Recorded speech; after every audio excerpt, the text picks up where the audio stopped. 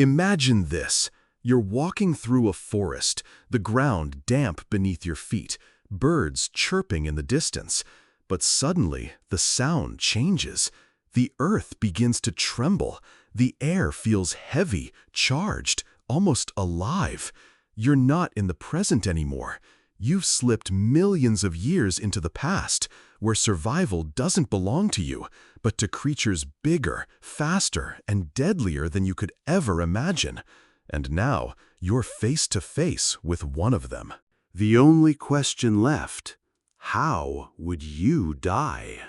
The first thing you'd notice is that everything around you is colossal. Trees tower higher, insects buzz thicker, and lurking within the shadows are predators that see you not as a human, but as prey. Take the saber-toothed cat, for example. Its fangs, nearly 7 inches long, aren't just for show. They were built to pierce throats in one decisive strike. One moment you'd hear a rustle, the next, silence, and then teeth in your neck.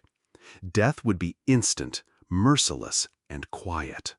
But not all prehistoric deaths would be so swift. Imagine standing near a river, thinking it's safe, when suddenly the water explodes.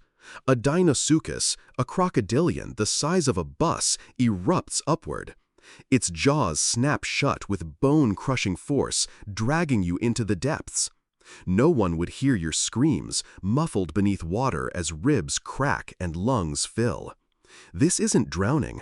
This is being swallowed by an ancient monster that has ruled rivers for millions of years. And then, of course, there were the giants of the land, the Tyrannosaurus rex. Everyone knows its name, but few realize what it would truly mean to be in its path.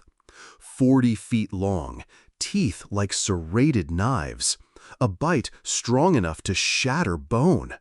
You wouldn't even need to be its target. One casual swing of its massive head, and you'd be flung like a rag doll. If it wanted to eat you, you wouldn't die in one bite.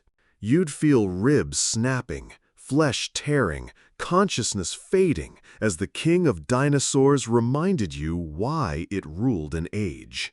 But T-Rex wasn't the fastest killer.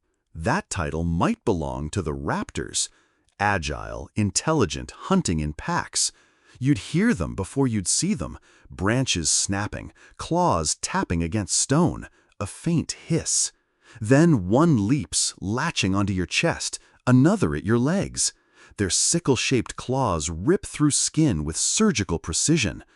Death by raptors wouldn't be immediate. It would be a slow unraveling as a coordinated pack feasted before life even left your body. Now picture the ocean, the place humans often feel safest, floating under the sun. But in the prehistoric seas lurked a nightmare called Megalodon. 60 feet of pure power, jaws wide enough to swallow you whole. If you were unlucky enough to attract its attention, you wouldn't even realize it until your world turned black inside its mouth. One bite and you'd vanish into history, nothing but a brief meal for the ocean's true apex predator. But sometimes, death wasn't about claws or teeth. It was about scale. Imagine walking through the jungle and encountering a titanoboa, a snake longer than a school bus. It wouldn't bite. It would coil around you, each second squeezing tighter, bones cracking one by one. You'd be alive, fully conscious, as your breath is crushed out of you. No blood, no roar, just silence as you fade into darkness inside its endless grip. And then there were creatures like ankylosaurs, not hunters, but tanks of the dinosaur age. If you found yourself in the wrong place, its club-like tail could swing with the force of a wrecking ball. One hit could pulverize your skull before you even realized it moved.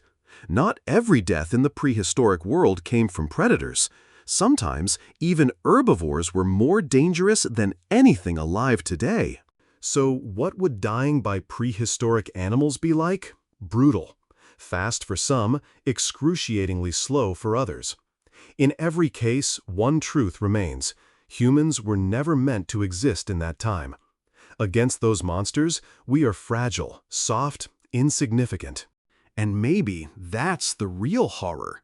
If the past ever collided with the present, if those beasts walked among us again, you wouldn't be the hunter, you'd be the hunted.